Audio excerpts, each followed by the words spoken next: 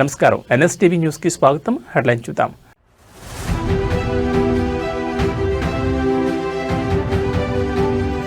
మంత్రులతో సీఎం రేవంత్ కీలక సమావేశం. మున్సిపల్ ఎన్నికలపై ప్రధానంగా చర్చ.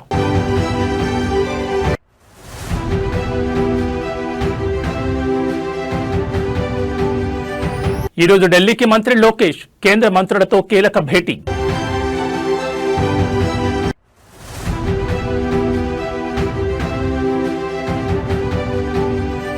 రైల్వే కోడూరుకు జనసేన త్రిసభ్య కమిటీ. 8 రోజులుగా అజ్ఞాతంలో ఉన్న ఎమ్మెల్యే శ్రీధర్.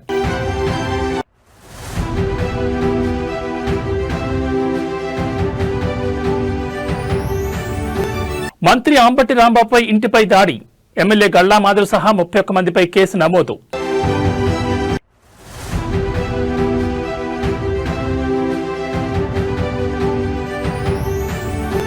శ్రీశైలం బ్రహ్మోత్సవాలకు పకడ్బందీ ఏర్పాట్లు. అధికారులతో జిల్లా కలెక్టర్ ఎస్పీ సమీక్ష. ఇక డీటెయిల్స్ చూస్తే తెలంగాణ ముఖ్యమంత్రి రేవంత్ రెడ్డి నేడు పార్లమెంట్ నియోజకవర్గాల ఇన్ఛార్జీలతో సమావేశం కానున్నారు. ఈ సమావేశంలో డీసీసీ చీఫ్లు, ముఖ్య నేతలు కూడా పాల్గొంటారు. మున్సిపల్ ఎన్నికలపై ప్రధానంగా చర్చించనున్నారు. నేటితో నామినేషన్ల ఉపసంహరణ గడువు ముగియనుంది. రాష్ట్రంలోని 116 మున్సిపాలిటీలు, 7 కార్పొరేషన్లకు సంబంధించి నేతలకు దిశానిర్దేశం చేయనున్నారు.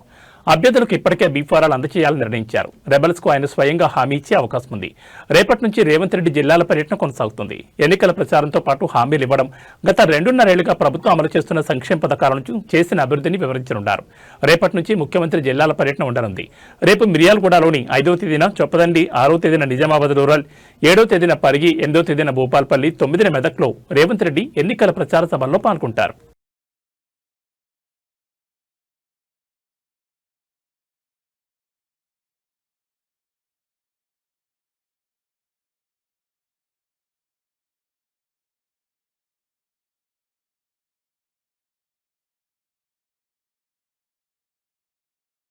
నేడు ఢిల్లీకి మంత్రి నారా లోకేష్ బయలుదేరి వెళ్లనున్నారు. ఈ రోజు మంత్రివర్గ సమావేశం అనంతరం లోకేష్ ఢిల్లీకి బయలుదేరి వెళ్లనున్నారు. ఈ రోజు రాత్రికి ఢిల్లీలోనే బస చేయనున్న మంత్రి నారా లోకేష్ పార్లమెంట్ సభ్యులతో భేటీ అవుతారు. రేపు ఉదయం పార్లమెంటుకు మంత్రి నారా లోకేష్ వెళ్లనున్నారు. పలువురు కేంద్ర మంత్రులను కలవనున్న మంత్రి నారా లోకేష్ రాష్ట్రానికి సంబంధించిన పలు ప్రాజెక్టులు, నిధుల విడుదలపై చర్చించనున్నారు. అలాగే రాష్ట్రంలో జరుగుతున్న రాజకీయ పరిణామాల గురించి కూడా వివరించనున్నారు. అనంతరం రేపు అర్ధరాత్రికి ఉండవల్లి నివాసానికి మంత్రి నారా లోకేష్ రానున్నారు.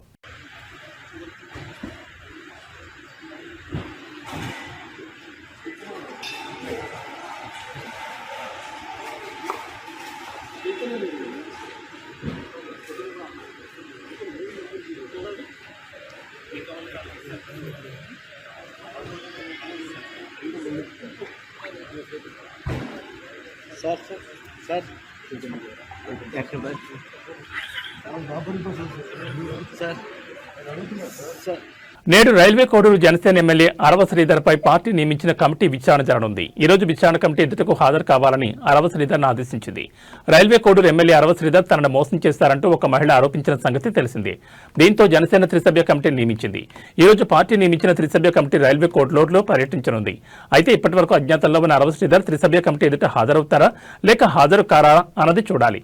అయితే ఆయన హాజరుతో సంబంధం లేకుండా నేడు రైల్వే కోడూరులో ఈ వ్యవహారంపై త్రిసభ్య committee విచారించనుంది.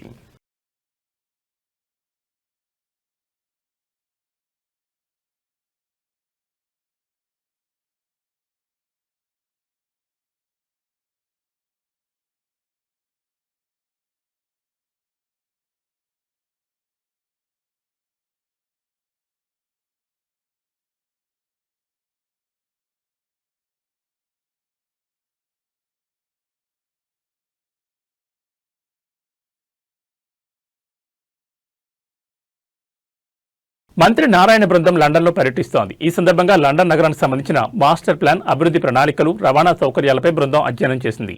City of London corporation planning and development director గిన్ రిచర్డ్స్తో సమావేశమవగా ఆయన లండన్ మాస్టర్ ప్లాన్పై పవర్ పాయింట్ ప్రజెంటేషన్ ఇచ్చారు. అనంతరం మంత్రి బాటర్సీ పవర్ స్టేషన్ సందర్శించారు. అమరావతిలో పర్యాటక ప్రాజెక్టులు, రివర్ ఫ్రంట్ అభివృద్ధి, అంతర్జాతీయ క్రీడా నగర నిర్మాణం కోసం పలు ప్రాంతాలను పరిశీలించడం ఈ పర్యటన ముఖ్య ఉద్దేశం. కాగా సోమవారం బృందం లండన్ చేరుకోగా మొదట లండన్ సిటీ మినియేచర్ ద్వారా నగర నిర్మాణ తీరును పరిశీలించారు. అదేవిధంగా బ్యాటరీస్ పవర్ స్టేషన్ సందర్శించారు. దశాబ్ద కాలం పాటు విద్యుత్ ఉత్పత్తి చేసి మూతపడిన పవర్ స్టేషన్ ను ప్రపంచ ప్రసిద్ధ పర్యాటక కేంద్రంగా ఎలా అభివృద్ధి చేశారని అధికారులు అడిగి తెలుసుకున్నారు. అదేవిధంగా థేమ్స్ నది ఒడ్డున అత్యంత సుందరంగా ఆహ్లాదకర వాతావరణంలో ఐకానిక్ భవనంతో పాటు పర్యాటకుల గమ్యస్థానం పర్యటనస్థానంగా బ్యాటర్సీ పవన్ స్టేషన్ ను తీర్చిదిద్దారని మంత్రి అభిప్రాయపడ్డారు. అమరావతిలో సైతం పర్యాటక ప్రాజెక్టులు పెద్ద ఎత్తున అభివృద్ధి చేయాలని ప్రభుత్వం భావిస్తున్నందున థేమ్స్ నది రివర్ ఫ్రంట్ ను పరిగణలోకి తీసుకునే అవకాశాలపై సంబంధిత వర్గాలతో చర్చించారు.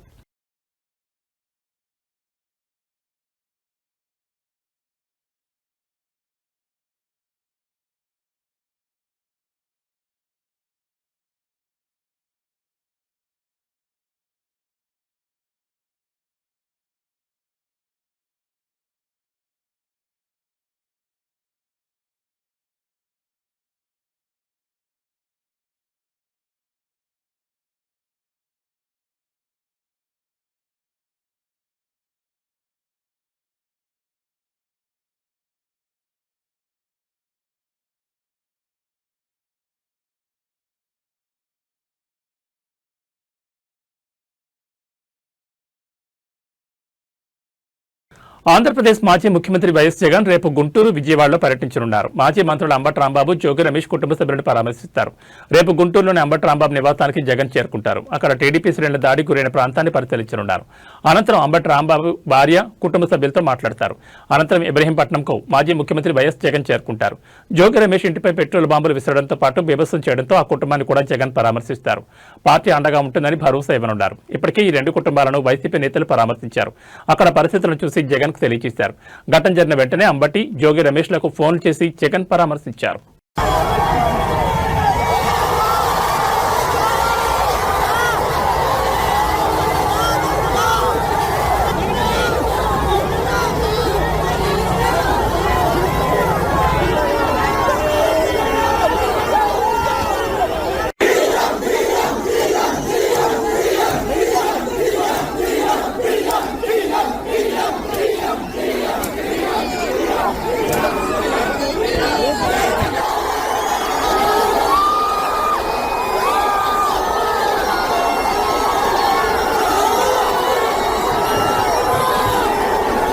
వైఎస్ఆర్ కాంగ్రెస్ పార్టీ సీనియర్ నేత మాజీ మంత్రి అంబటి రాంబాబు ఇంటిపై జరిగిన దాడి ఘటనలో పోలీసులు కేసు నమోదు చేశారు. అంబటి రాంబాబు తన న్యాయవాది ద్వారా పట్టాభిపురం పోలీస్ స్టేషన్లో ఫిర్యాదు చేయగా దాని ఆధారంగా మొత్తం 31 మంది టీడీపీ నాయకులు, కార్యకర్తలపై కేసులు నమోదయ్యాయి. ఫిర్యాదులో టీడీపీ కార్పొరేటర్ వేములపల్లి శ్రీరామ్ ప్రసాద్ తో పాటు పలువురు పార్టీ నాయకులు, కార్యకర్తలు తన నివాసంపై దాడి చేసి కార్లు, ఫర్నిచర్ను ధ్వంసం చేశారని అంబటి రాంబాబు పేర్కొన్నారు. ఈ ఘటనకు సంబంధించి పట్టాపురం పోలీసులు బిఎన్ఎస్ సెక్షన్ కింద కేసు నమోదు చేశారు. ఈ ఘటనలో గుంటూరు పశ్చిమ ఎమ్మెల్యే గళ్లా మాధవి, ఆమె భర్త రామచంద్రరావుపై కూడా కేసులు నమోదు చేసినట్లు పోలీసులు వెల్లడించారు. దాడి ఘటనపై విచారణ ప్రారంభించిన పోలీసులు సంబంధిత ఆధారాలను సేకరిస్తున్నారు. ఇక మరోవైపు సీఎం చంద్రబాబుపై అనుచిత వ్యాఖ్యలు చేసిన కేసులో అంబటి రాంబాబును పోలీస్ కస్టడీకి అప్పగించాలంటూ నల్లపాడు పోలీసులు దాఖలు చేసిన పిటిషన్పై నేడు గుంటూరు కోర్టులో విచారణ జరగనుంది. ఇప్పటికే రాష్ట్ర వ్యాప్తంగా అంబటి రాంబాబుపై పలు కేసులు నమోదయ్యాయి. కోర్టు పోలీస్ కస్టడీకి అనుమతిస్తే ప్రస్తుతం రాజమండ్రి సెంట్రల్ జైల్లో ఉన్న అంబటి రాంబాబును విచారణ నిమిత్తం నల్లపాడు పోలీసులు గుంటూరుకు తీసుకొచ్చే అవకాశం ఉంటుంది. ఈ పరిణామాలతో రాష్ట్ర రాజకీయాల్లో ఉద్రిక్తత నెలకొంది.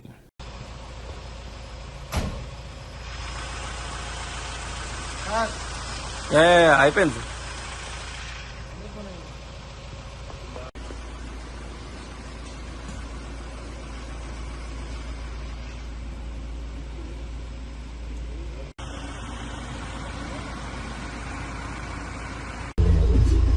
అబ్బాయి సారు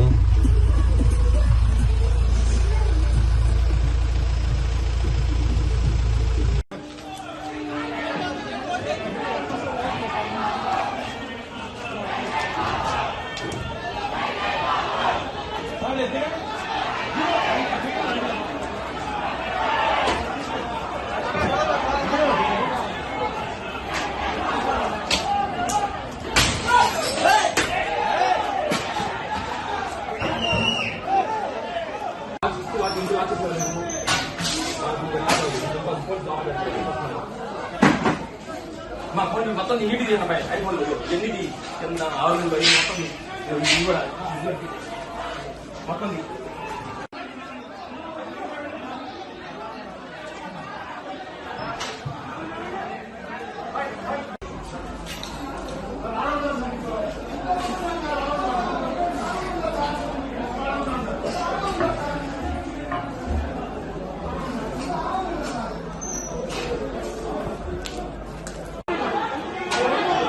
నెల్లూరు జిల్లా వైసీపీ నేత కాకాని గోవర్ధన్ రెడ్డిపై 2 కేసులు నమోదయ్యాయి. ముఖ్యమంత్రి చంద్రబాబు, మాజీ మంత్రి సోమిరెడ్డి చంద్రమోహన్ రెడ్డిపై అనుచిత వ్యాఖ్యలు చేశారని కాకాని గోవర్ధన్ రెడ్డిపై టీడీపీ నేతలు ఇచ్చిన ఫిర్యాదుతో ఈ కేసులు నమోదయ్యాయి.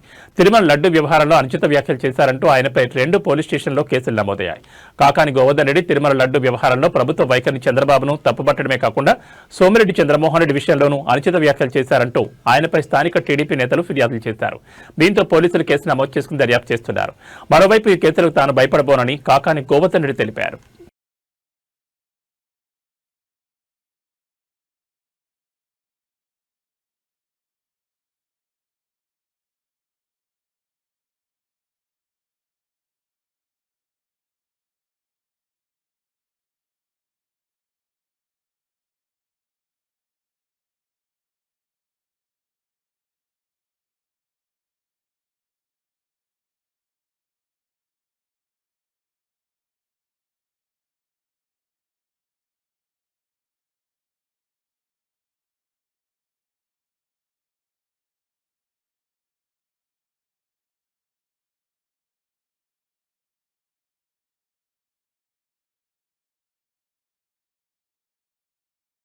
ప్రముఖ శైవ క్షేత్రం శ్రీశైలంలో నిర్వహించనున్న మహాశివరాత్రి బ్రహ్మోత్సవాల ఏర్పాట్లను నంద్యాల జిల్లా కలెక్టర్ రాజకుమారి గనియా, జిల్లా ఎస్పీ సునీల్ శరణ్ మరియు ఎండోమెంట్ కమిషనర్ రామచంద్ర మోహన్ సోమవారం క్షేత్రస్థాయిలో పరిశీలించారు.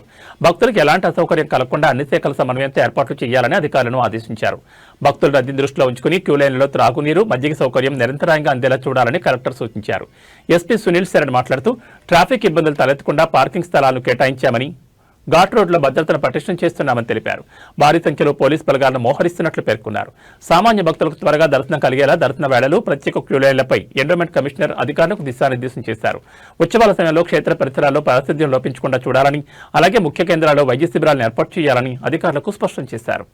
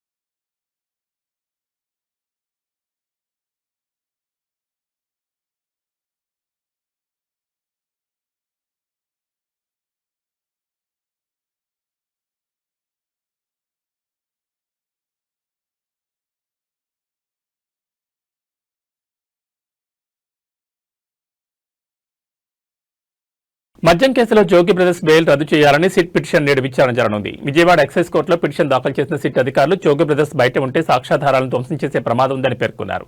ప్రస్తుతం జోగి బ్రదర్స్ ఈ కేసులో కండిషన్ బెయిల్పై ఉండడంతో వారి బెయిల్ రద్దు చేయాలని పిటిషన్ వేసింది. సాక్షులను కూడా బెదిరించే అవకాశం ఉందని పేర్కొన్న సిట్ పిటిషన్ను నేడు ఎక్సైజ్ న్యాయస్థానం విచారించనుంది. ఇటీవల మద్యం కేసులో దాదాపు 2.5 నెలలకు పైగానే రిమాండ్ ఖైదీగా ఉండి కండిషన్ బెయిల్పై బయటకు వచ్చిన జోగి బ్రదర్స్ బెయిల్ రద్దు పిటిషన్పై నేడు ఎలాంటి తీర్పు వెలువడనున్నది ఆసక్తికరంగా మారింది. సార్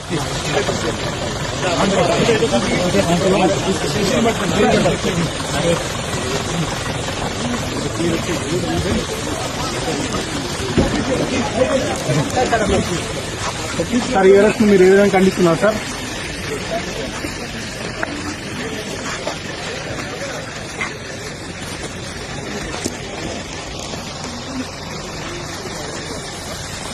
పలు సమస్యలు వివాదాల్లో కూరుకుపోయిన హైదరాబాద్ క్రికెట్ అసోసియేషన్ కు కొత్త అధ్యక్షుడు వచ్చారు. గెలాక్సీ క్లబ్ కు చెందిన అమర్నాథ్ హెచ్సీఏ నూతన అధ్యక్షుడిగా నియమితులయ్యారు. గతంలో హెచ్సీఏ జరిగిన ఎన్నికల్లో కేవలం 1 ఓటు తేడాతో జగన్మోహన్ రావు గెలిచారు. జగన్మోహన్ రావుకి 63 ఓట్లు రాగా అమర్నాథ్ కు 1 ఓటు తక్కువగా 62 ఓట్లు వచ్చాయి. దీంతో హెచ్సీఏ అధ్యక్షుడిగా జగన్మోహన్ రావు బాధ్యతలు చేపట్టారు.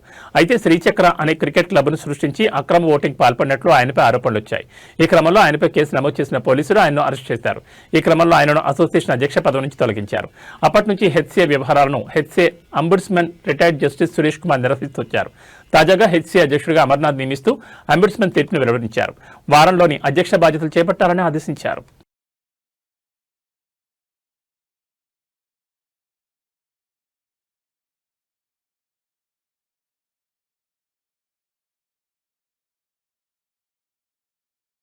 సోషల్ మీడియాలో రాత్రికి రాత్రే స్టార్డమ్ సంపాదించాలనే తాపత్రయం యువతను పెడదారి పట్టిస్తోంది. వ్యూస్, లైక్స్ కోసం ప్రాణాలను పణంగా పెడుతూ ప్రమాదకరమైన విన్యాసాలకు పాల్పడుతున్నారు.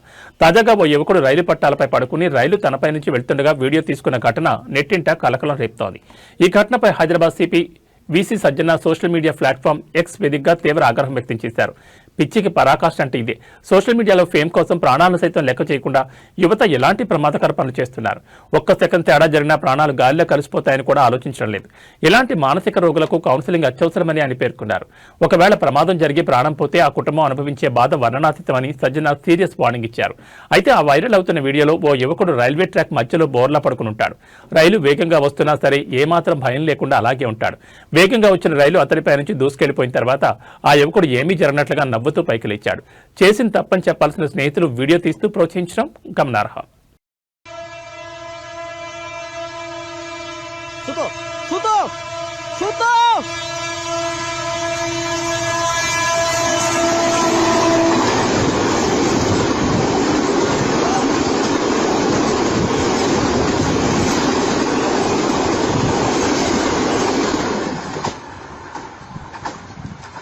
Allah.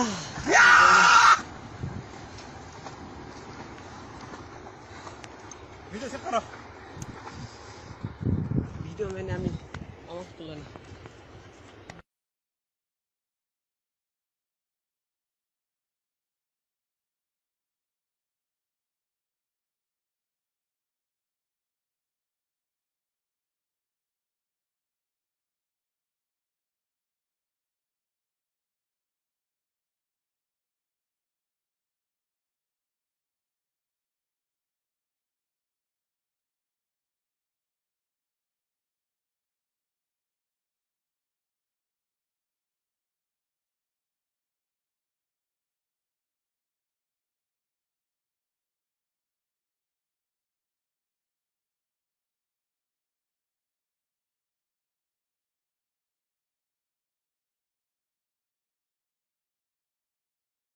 అమెరికా అధ్యక్షుడు డొనాల్డ్ ట్రంప్ భారత్పై టారిఫ్ల విషయంలో కీలక నిర్ణయం తీసుకున్నారు. భారత్పై ఇంతకుముందు విధించిన ప్రతీకార టారిఫ్లను 25% నుంచి 18% తగ్గిస్తున్నట్లు ప్రకటించారు.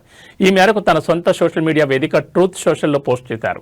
ప్రధాని నరేంద్ర మోడీతో ఫోన్ కాల్ ద్వారా మాట్లాడిన అనంతరం ఈ ప్రకటన వెలువడడం ప్రాధాన్యత సంతరించుకుంది. ఇంతకీ ట్రంప్ తన ప్రకటనలో ఏమని పేర్కొన్నారంటే, ఈ ఉదయం భారత ప్రధాని నరేంద్ర మోడీతో మాట్లాడడానికి గౌరవంగా భావిస్తున్నాను. మోదీ నా గొప్ప స్నేహితుల్లో ఒకరు. ఆయన భారత్లో అత్యంత శక్తివంతమైన నేత. మేము ఇవాళ ఫోన్ కాల్లో చాలా విషయాలు మాట్లాడుకున్నాం. వాణిజ్యం, రష్యా ఉక్రెయిన్ యుద్ధం ముగింపు తదితర అంశాలు చర్చకొచ్చాయి. రష్యా నుంచి చమురు కొనుగోలు నిలిపివేసేందుకు మోదీ అంగీకరించారు. అమెరికా నుంచి, దాంతో పాటే వెనిజులా నుంచి అత్యధికంగా చమురు కొనుగోలు చేసేందుకు ఆసక్తి కనబర్చారు. ఈ నిర్ణయం ఉక్రెయిన్ సంక్షోభానికి ముగింపు పలుకుతుందని ఆశిస్తున్నాను. ప్రతి వారం వేల మంది చనిపోతున్న ఆ యుద్ధానికి ఈ నిర్ణయం చరమగీతం పాడుతుందని అనుకుంటున్నాను. అమెరికా తయారీ వస్తువుల కొనుగోలు పట్ల కట్టుబడి ఉంటామని ప్రధాని మోడీ మాటిచ్చారు. ఈ వాణిజ్యం దాదాపు $500 బిలియన్ వరకు ఉండొచ్చు. ఇందులో ఇంధనం, టెక్నాలజీ, వ్యవసాయం, బొగ్గు తదితర ఉత్పత్తులున్నాయి. భారత్తో అమెరికా అద్భుతమైన సంబంధాలు మరింత దృఢంగా ముందుకు పెడతాయి. నేను, ప్రధాని మోడీ ఈ ఒప్పందానికి ఓ రూపం కల్పించాం. ఇంతకు మించి ఎక్కువగా చెప్పలేమంటూ ట్రంప్ తన పోస్టులో పేర్కొన్నారు.